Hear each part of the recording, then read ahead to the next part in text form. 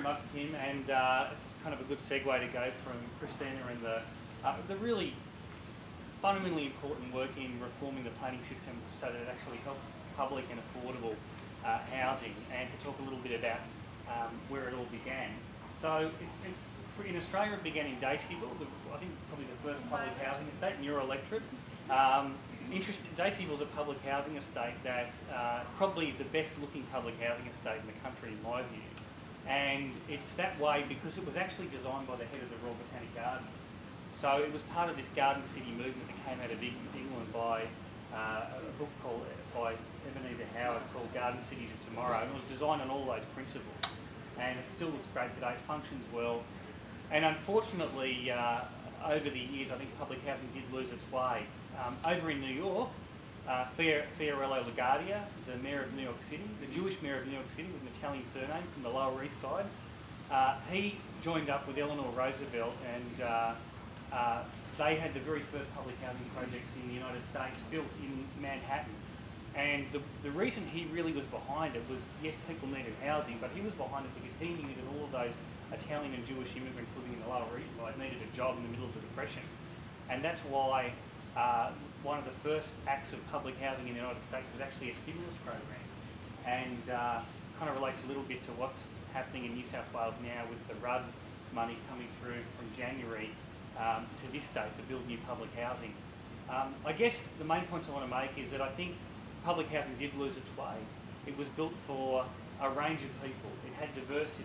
It wasn't always good. It wasn't always built in the right place. We started well over in Gatfield, and we did lose our way over the years.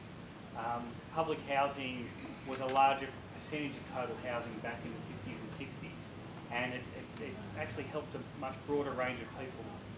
Public housing estates weren't always great places, but I suspect they were a little better than they are now, because back in the 60s, public housing had a lot of working people living within it. People that went off to work in the morning, in ordinary jobs, they didn't earn great incomes, but it gave them security and stability, particularly after the Second World War, when there was a housing crisis. Basically all of the factories and machines in the country had been directed towards doing other things and building munitions and bombs and so on. No one had built houses, everyone came back in peacetime, had lots of babies, and suddenly there was a housing crisis, not dissimilar to some of the shortages we're seeing at the moment.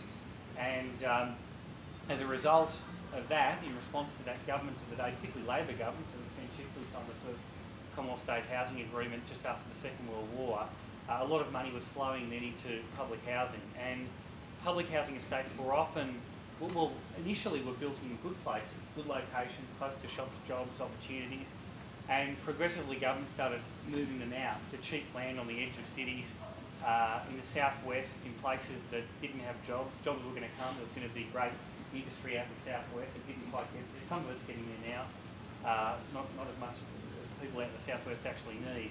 But public housing estates were then built often with curvilinear streets, using all of the most innovative, cutting-edge, avant-garde town planning ideas of the time, the Redfern estates.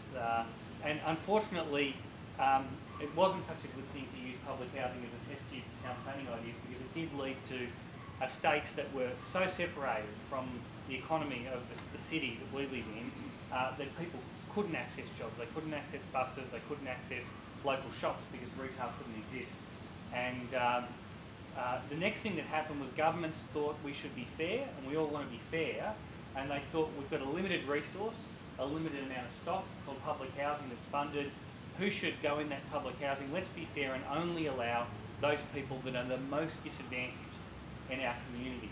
And that's a good thing, we all believe in that principle, but in my view, I don't think that that was such an intelligent decision, because what it's led to is not all public housing is in bad places. I grew up in public housing for a few years in Abbott Avenue, Sefton, in a 5-borough housing commission house with my grandparents and my brother and sister, and it was a great street.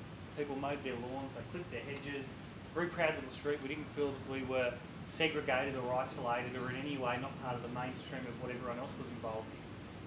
But the policy of targeting, in my view, has led to excluding those working people that are absolutely fundamental in any neighbourhood, in any suburb, of having balance, of having young kids growing up, being able to see someone heading off to work in the morning. That's a very important thing.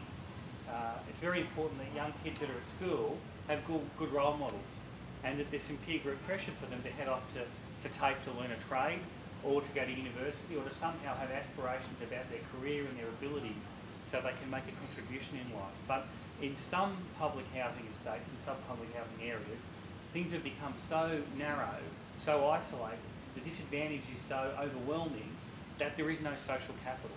There's very little social capital, and those kids don't have those good peer models available. So